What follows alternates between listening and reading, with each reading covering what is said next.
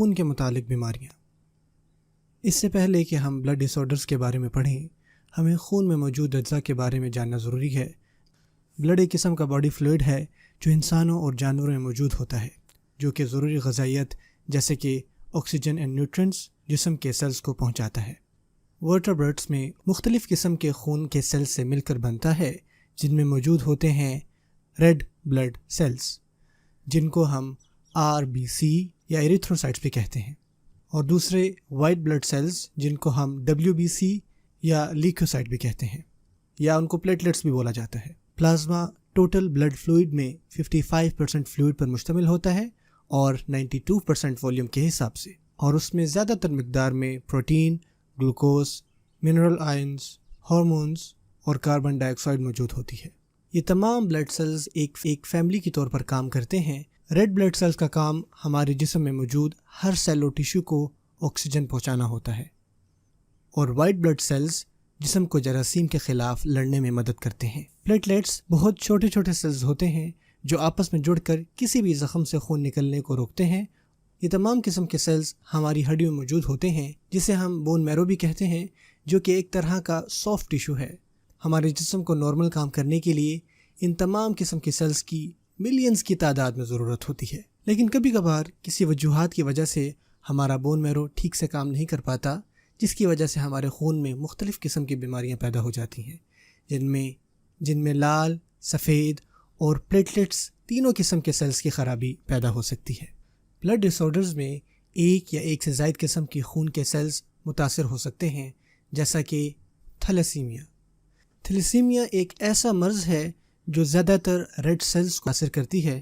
یہ بیماری سیلز میں موجود جینز کی میوٹیشن کی وجہ سے ہوتی ہے، جس کی وجہ سے ہیموگلوبن کی نارمل ساخت خراب ہو جاتی ہے۔ ہیموگلوبن ایک قسم کا پروٹین ہے جو دوسرے سیلز تک آکسیجن کو پہنچانے کا کام کرتا ہے۔ جیسے جیسے ہمارے جسم میں ہیموگلوبن کی کمی ہوتی جائے گی، RBC جسم کے تمام حصوں تک مکمل طور پر آکسیجن نہیں پہنچا سکے گا۔ مثلا بون ڈیفارمیٹیز، انلارجڈ اسپلین، دل کے مسائل، جسم کی افزائش اور بناوٹ میں تاخیر۔ جو لوگ اس بیماری سے متاثر ہوتے ہیں ان کو باقاعدگی سے خون لگوانے کی ضرورت ہوتی ہے تاکہ ان کے جسم میں RBCs اور ہیموگلوبن مناسب مقدار میں موجود رہے۔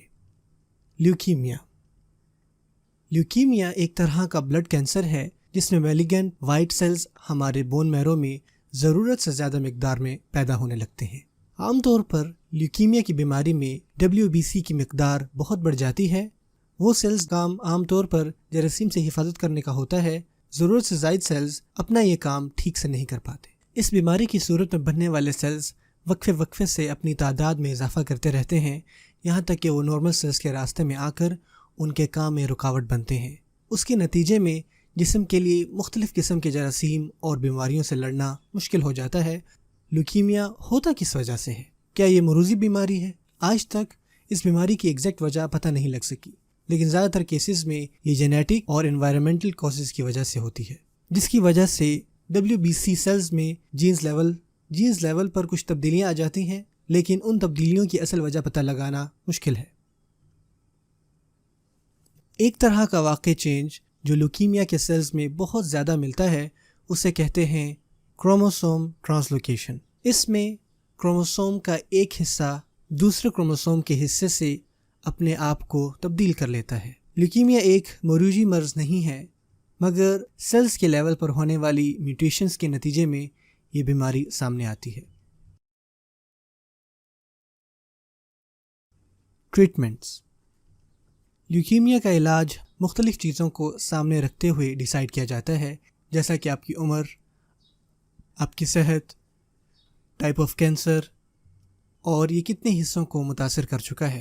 عام طور پر جو علاج موجود ہیں ان میں سے ایک ہے اسٹیم سیل ٹرانسپلانٹ، کیموتھراپی اور ریڈیشن تھراپی۔